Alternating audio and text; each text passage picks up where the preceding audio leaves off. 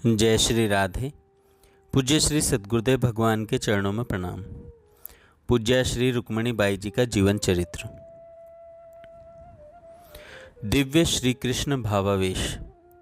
स्वर्गाश्रम से लौटकर आने के बाद बाई के जीवन में और उनके संपर्क में आने वाली बहनों और माताओं के घरों में भगवान नाम संकीर्तन के ज्वार का अभूतपूर्व उभार आ गया।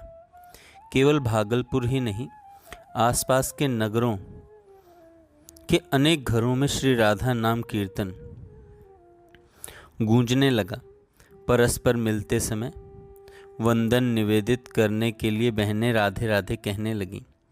किसी भी कार्य को आरंभ करते समय मांगलिक घोष के रूप में श्री राधा नाम का उच्चारण होने लगा। यह सारा कुछ था बाई के व्यक्तित्व और संपर्क का प्रभाव।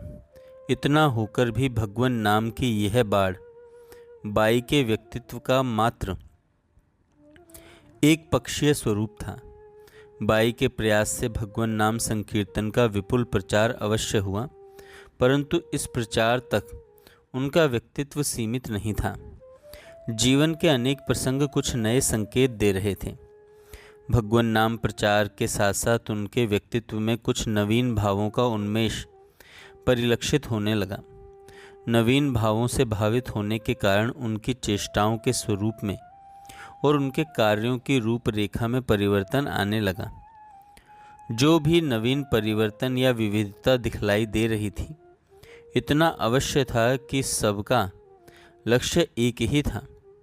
बाई की भावना यही थी कि संपर्क में आने वाली प्रत्येक महिला का जीवन जागतिकता से ऊपर उठकर श्री राधा कृष्ण की अमला प्रीति से सुवासित हो जाए। भगवान नाम संकीर्तन के प्रचार के साथ साथ बाई के जीवन के जो प्रसंग सामने आए, उनसे नवीन परिवर्तन की झलक मिलती है। बाई अपने से बड़ों को आदर सूचक संबोधन बोलकर ही सम्मान दिया करती थी। एक दिन इसके प्रतिकूल आचरण देखा गया। एक दिन राम प्यारी बाई को मोटकी मुरझरी कहकर पुकारने लगी। वे कहने लगी, ए मोटकी, ए मुरझरी, मेरे को खाने को दें। राम प्यारी बाई को बहुत गुस्सा आया। उन्हें भला गुस्सा आए, पर अब तो यह नित्य की बात हो गई। राम प्यारी बाई शुद्ध होकर कहती, मैं रुक्मा का कुछ खाती हूँ क्या, जो यह मुझे मोटकी मोटकी कहकर बुलाती है। उनके शुद्ध उद्गार सुनकर बाई खूब हंसती तथा अधिकाधिक चिढ़ा चिढ़ा कर बोलती। कभी कभी राम प्यारी बाई क्षुब्ध अतिरेक में रोने लगती। एक दिन बाई सहज स्थिति में थी, तब उन्होंने राम प्यारी को समझाते हुए कहा, राम प्यारी बाई, छोटे से श्री कृष्ण आपस में खेलते हैं, हंसी विनोद करते हैं, आप इतना नाराज क्यों हो जाती हैं। बाई के इस विपरीत आचरण का रहस्य अब खुला कि वे बालक श्री कृष्ण के भाव से भावित होकर अटपटे शब्द बोलती हैं। अब तक राम प्यारी बाई को यही ज्ञात था कि रुक्मिणी बाई प्रायः मंजरी भाव में रहती हैं, पर अब उनके भाव राज्य का एक नया तथ्य बहनों के सामने आ गया। राम प्यारी बाई सरल और सरस हृदय होने से उनके भाव में परिवर्तन आया। भाव बदलते ही गुस्सा होने के स्थान पर वे उन अटपटे बोलन में रस लेने लग गई। इसी का स्वाभाविक परिणाम यह था कि राम प्यारी बाई अब उन्हें प्यार से लड्डू खाने के लिए देने लगी। अब तो वे छिप छिप करके श्री कृष्ण भाविता बाई पर प्यार की वर्षा करने लगी। उन दिनों श्री महिला संघ में कोयले का चूल्हा चलता था। चूल्हे में कोयला तो काम में लिया ही जाता था। धीरे धीरे कोयले का चूरा बहुत बड़ी मात्रा में इकट्ठा हो जाया करता था। इस चूरे को मिट्टी या गोबर में मिलाकर लड्डू बना लिया जाता था। कोयले के लड्डू चूल्हा जलाने के काम में आते थे। इन गीले लड्डुओं को सुखाने के लिए गिरिराज परिसर में टीन पर रख दिया जाता था। ऐसा कई बार हुआ कि बाई श्री कृष्ण भाव में नाचती नाचती जाती और पांव मारकर सारे लड्डुओं को फोड़ डालती। फोड़कर बोलती, मेरी स्थली में यह क्यों सुखाया गया। राम प्यारी बाई इस उपद्रव की शिकायत भाभी जी से करती उदार चेता भाभी जी के लिए यह उपद्रव था ही नहीं। उनको सुदृढ़ भावना थी कि बाई के रूप में इन दिनों श्री कृष्ण ही विलस रहे हैं। मुस्कुराते हुए भाभी जी ने राम प्यारी बाई से कहा, तुम क्यों बुरा मान रही हो? कोयले के इन लड्डुओं को कहीं और सुखा लिया करो। चंदा बाई की शीतल वाणी से राम प्यारी बाई का रोष तुरंत शांत हो गया। अब वे उन लड्डुओं को मातृस्थली की ओर सुखा देती। उधर जाकर भी बाई उन लड्डुओं को फोड़ आती। इस प्रकार राम प्यारी को कभी रिझाने और कभी खिंचाने को लीला समय समय पर चलती रहती। अब बाई के आचार विचार व्यवहार में एक परिवर्तन स्पष्ट रूप से दिखलाई देने लगा। उनका बोलना, उनका देखना, उनका चलना, उनका कहना, उनका मिलना ऐसा होता था मानो बाई के भीतर प्रियतम श्री कृष्ण विराजित हैं और वे भीतर बैठे हुए संपूर्ण बाह्य चेष्टाओं को संचालित नियंत्रित कर रहे हैं। नारी शरीर में पुरुषोचित आचरण की छाया देखकर सभी के मन में एक प्रश्न उठता था कि यह कैसा परिवर्तन है। बाई के आचरण में श्री कृष्ण आचरण का प्रतिबिंब देखकर एक बार तो संघ की माताओं बहनों को स्पष्ट अटपटा लगा। वे यह तो जानती थी कि बाई में कभी किसी मंजरी का भावावेश होता है और इनकी सारी चेष्टाएं मंजरी भाव से भावित रहती हैं, पर वे समझ नहीं पा रही थीं कि वह कैसा नवीन परिवर्तन अनुभव में आ रहा है। यहाँ तो मात्र कुछ प्रसंगों के वर्णन द्वारा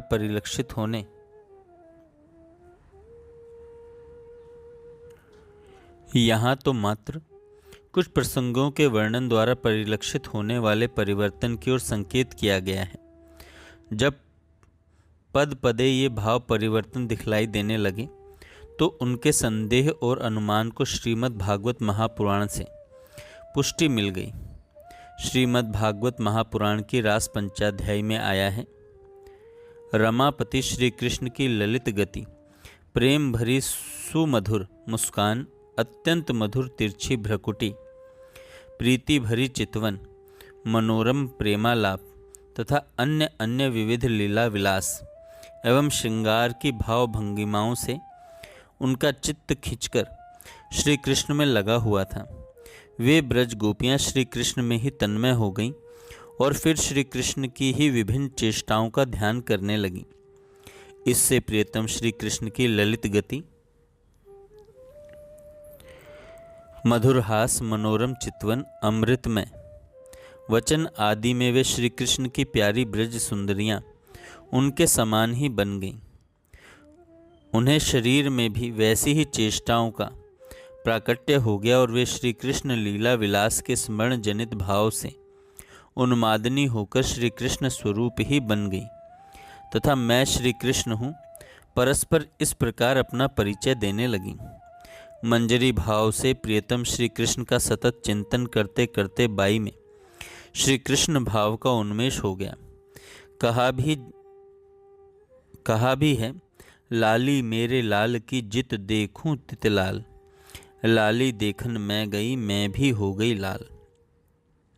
अब उस अटपटेपन की भावना का स्थान आनंद और आदर की भावना ने ले लिया।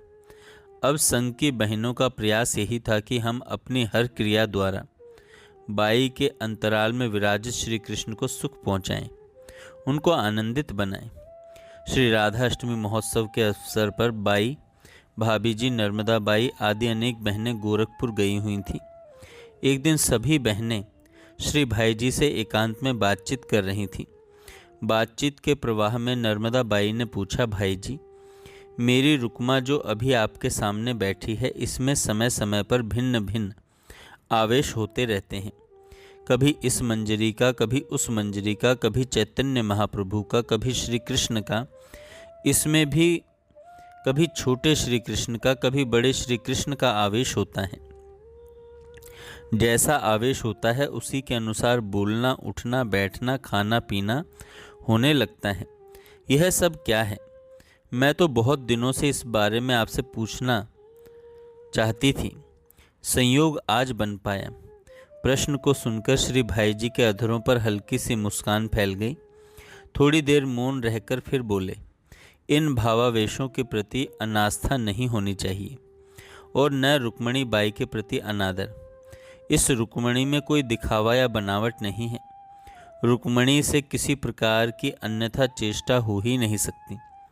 जिन जिन आवेशों की चर्चा तुम कर रही हो, ये वस्तुतः आवेशावतार हैं।